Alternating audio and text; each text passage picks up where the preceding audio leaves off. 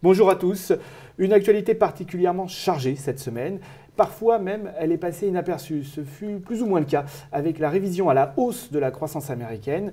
Plus 3,1% en rythme annualisé au troisième trimestre. C'est plutôt un bon signe. Et puis, il y a eu l'actualité qui s'est vue sur les marchés. Ce fut le cas après les élections législatives japonaises où on a vu le LDP, c'est-à-dire les libéraux, revenir au pouvoir et la bourse du Japon, l'indice Nikkei, s'enflammer.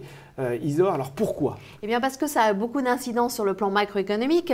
Par exemple, sur le plan du nucléaire, qui est un sujet, vous vous souvenez Philippe, dont on a beaucoup parlé au moment des élections présidentielles françaises, eh bien le LDP a annoncé qu'il serait favorable à une reprise des investissements dans le nucléaire. Alors le nucléaire, c'est un sujet sensible, on le sait, avec Hiroshima, Nagasaki, mais plus récemment le tsunami qui a submergé eh bien, la centrale de Fukushima. Fukushima qui est gérée par TEPCO, et justement TEPCO, cette société japonaise, a complètement flambé le lundi d'après les élections. Absolument, à peu près 39% de hausse.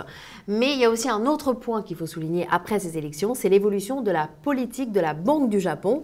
La Banque du Japon a tout de suite réagi puisqu'elle a indiqué qu'elle assouplissait sa politique monétaire en rachetant des titres, et puis elle a aussi indiqué qu'elle pourrait se montrer un peu moins intransigeante en matière d'inflation. Alors ça pourrait faire peur, on pourrait craindre des dérives budgétaires, surtout pour un pays qui est extrêmement endetté, mais la plupart de la dette est détenue par les Japonais eux-mêmes, ce qui est plutôt rassurant. Du côté valeur, là aussi, on a eu, mauvais jeu de mots, mais une sorte de tsunami, avec une hausse très importante de l'action Nice Euronext. Absolument, le Nice Euronext qui a flambé en une seule journée de plus de 30% et même en séance de 40% à peu près.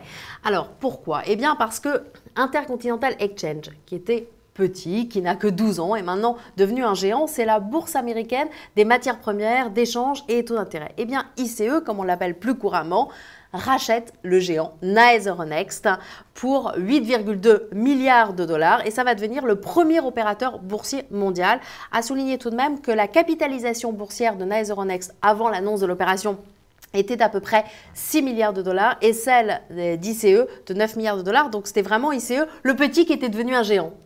Et puis Isor, la réorganisation pourrait se poursuivre puisqu'on évoque la réintroduction de la bourse européenne Euronext en bourse justement. Et là donc on verrait recoter cette bourse européenne qui rassemble la bourse de Paris, Amsterdam, Bruxelles et Lisbonne. Absolument. Eh bien merci Isor, quant à nous on se retrouve pour un prochain Fait une valeur.